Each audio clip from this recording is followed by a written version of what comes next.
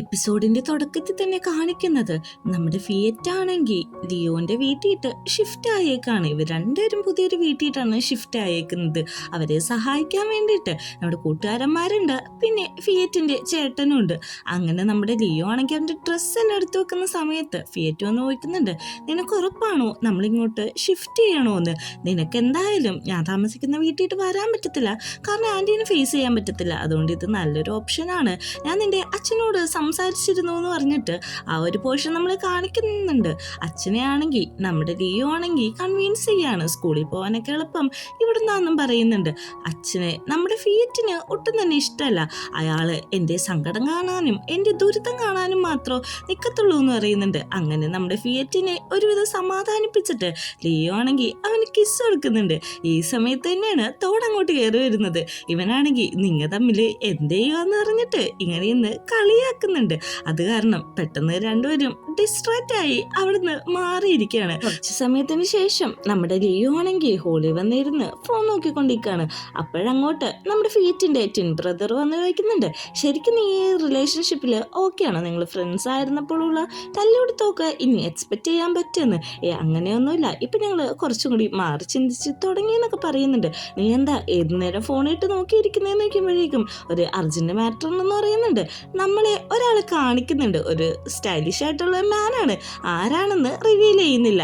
അങ്ങനെ നമ്മുടെ ലിയോ ആണെങ്കിൽ ബാസ്കറ്റ് ബോൾ കളിച്ചോണ്ടിരിക്കാണ്. ഇത് നോക്കിയിട്ട് നമ്മുടെ ഫിയറ്റ് അവിടെ തന്നെയുണ്ട്. ഇവരുടെ ഗ്യാങ്ങിലെ ഒരു കേള് ധൃതിക്ക് അങ്ങോട്ട് ഓടി വരുമ്പോ, നീ എന്തിനാ ഇങ്ങനെ ഓടി വന്നെ? പയ്യെ വന്നാ മതി, മാച്ച് കഴിഞ്ഞിട്ടില്ലല്ലോ എന്ന് ചോദിക്കുമ്പോഴേക്കും, ഇതേപോലെ കഴിഞ്ഞ പ്രാവശ്യം പറഞ്ഞിട്ട് ഞാൻ വൈകി വന്നിട്ടാണ് നിങ്ങളെല്ലാവരും എൻ്റെ പേരിൽ കംപ്ലൈൻറ്റ് കൊടുത്തത്, അതുകൊണ്ട് ഈ പ്രാവശ്യം ഞാൻ അങ്ങനെ ചെയ്യാൻ സമ്മതിക്കില്ല എന്നൊക്കെ പറയുന്നുണ്ട്.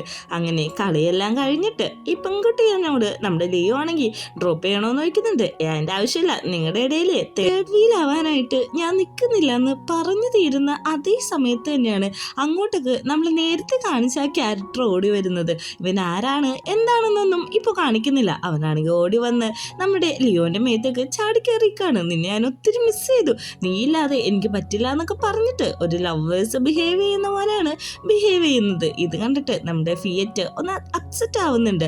അതിനുശേഷമാണ് നമുക്ക് മനസ്സിലാവുന്നത് ഈ വന്നിരിക്കുന്നത് വേറെ ആരുമല്ല, നമ്മുടെ ലിയോന്റെ ബ്രദറാണ്. ഇവന്റെ പേരാണ് ലിയോൺ.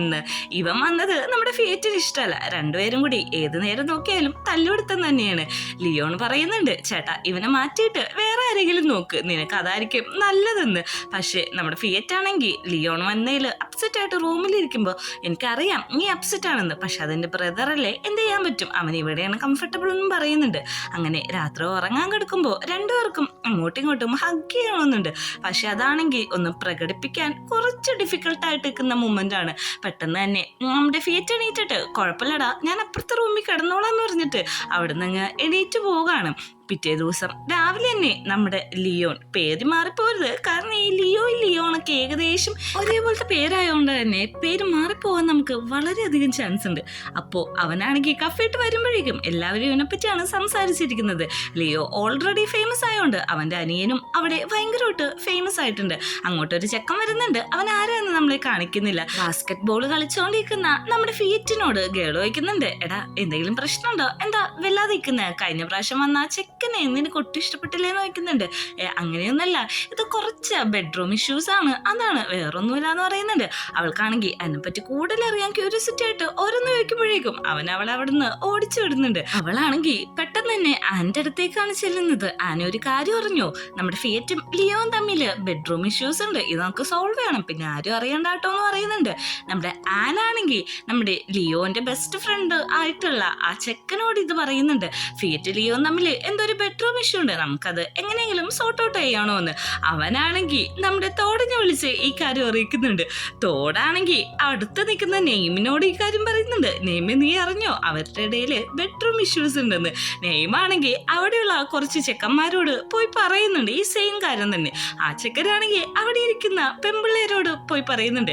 എല്ലാവരും ആണെങ്കിൽ ആരോടും പറയരുത് എന്ന് പറഞ്ഞിട്ടാണ് ഈ മെസ്സേജ് പാസ് ചെയ്യുന്നത്. അങ്ങനെ ആ ക്യാമ്പസ് മൊത്തം അറിഞ്ഞ് അവസാനം നമ്മുടെ ലിയോന്റെ സേവിയെ തന്നെ എത്തിയിട്ടുണ്ട്. ലിയോൺ ആണെങ്കിൽ ഇത് കേട്ടിട്ട് ഒന്ന് നെട്ടുന്നുണ്ട്.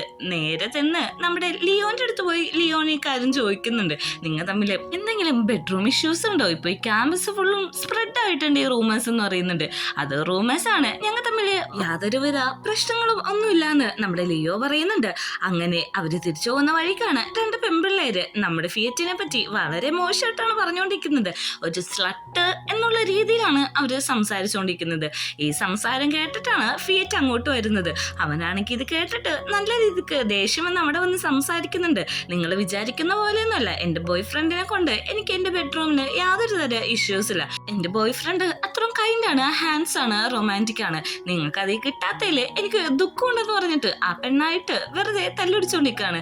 ഇത് കേട്ട് അങ്ങോട്ട് നമ്മുടെ ലിയോ വരുന്നുണ്ട്. ലിയോ ആണെങ്കിൽ ഫിയറ്റിനെ സപ്പോർട്ട് ചെയ്യാണ്. എന്റെ ബോയ് ഫ്രണ്ട് ആണ് എനിക്ക് ഏറ്റവും നല്ലത്. ലിയോനെ കാണുമ്പോൾ ആ പെണ്ണ് ഒരു പാവത്താൻ കളിക്കുന്നുണ്ടെങ്കിൽ ലിയോക്ക് കാര്യമെല്ലാം മനസ്സിലാവുന്നുണ്ട്. തിരിച്ചു പോകുന്ന വഴി നമ്മുടെ ഫിയറ്റിനോട് ചോദിക്കുന്നുണ്ട്, നിനക്ക് എന്തെങ്കിലും പ്രശ്നം ഉണ്ടെങ്കിൽ നീ എന്നോട് പറയണോന്ന്. എനിക്ക് കുഴപ്പമൊന്നുമില്ലടാന്ന് പറയുന്നുണ്ട്. ഇതിൻ്റെ ഇടയ്ക്ക് നമ്മളെ വേറൊരു ക്യാരക്ടറിനെ പരിചയപ്പെടുത്തുന്നുണ്ട്. ഇവന്റെ പേരൊന്നും അറിയില്ല. ഇവർ ഈ പ്രപ്പോസ് ചെയ്ത വീഡിയോ കണ്ടിട്ട് ഈ സ്ലട്ട് എന്നെ വിട്ടിട്ട് വേറൊരാളെ സ്നേഹിക്കുമെന്ന് വെച്ചിട്ട് ഭയങ്കര റൂഡായിട്ടാണ് ഇരിക്കുന്നത്. ഇതിൽ നിന്ന് മനസ്സിലാക്കാം അയാളാണ് നമ്മുടെ വില്ലൻ. അങ്ങനെ വീട്ടിലെത്തുന്ന ഫീറ്റ് ആണെങ്കിൽ ഒരു ബോക്സ് തുറന്ന് നോക്കാൻ പോകുന്നുണ്ട്. അതെങ്ങനെ കിട്ടിയെന്ന് വെച്ചിട്ടുണ്ടെങ്കിൽ നമ്മുടെ നെയിമും തവിടും കൂടി കൊടുത്താണ്. ഹൗസ് വാമിംഗ് ഗിഫ്റ്റ് ആണ്, വീട്ടിൽ പോയിട്ടാണ് ഓപ്പൺ ആക്കാൻ പറ്റുള്ളൂ എന്ന് പറയുന്നുണ്ട്. അങ്ങനെ അവൻ വീട്ടിൽ പോയിട്ട് അത് ഓപ്പൺ ആക്കി നോക്കുമ്പോഴാണ് അതൊരു സെക്സ് ടോയ് ആണ്. ഫിയറ്റും ലിയോയും കൂടി തമ്മില് പ്രശ്നങ്ങളാണെന്ന് അറിഞ്ഞിട്ടാണ് അവന്മാർ ഈ ഗിഫ്റ്റ് മേടിച്ചു കൊടുത്തേക്കുന്നത്. ഫിയറ്റ് ആണെങ്കിൽ ഇത് ഓണാക്കി മേത്ത് റബ്ബ് ചെയ്തുകൊണ്ടിരിക്കുന്ന സമയത്ത് തന്നെ അങ്ങോട്ടേക്ക് ലിയോ കയറി വരുന്നുണ്ട്.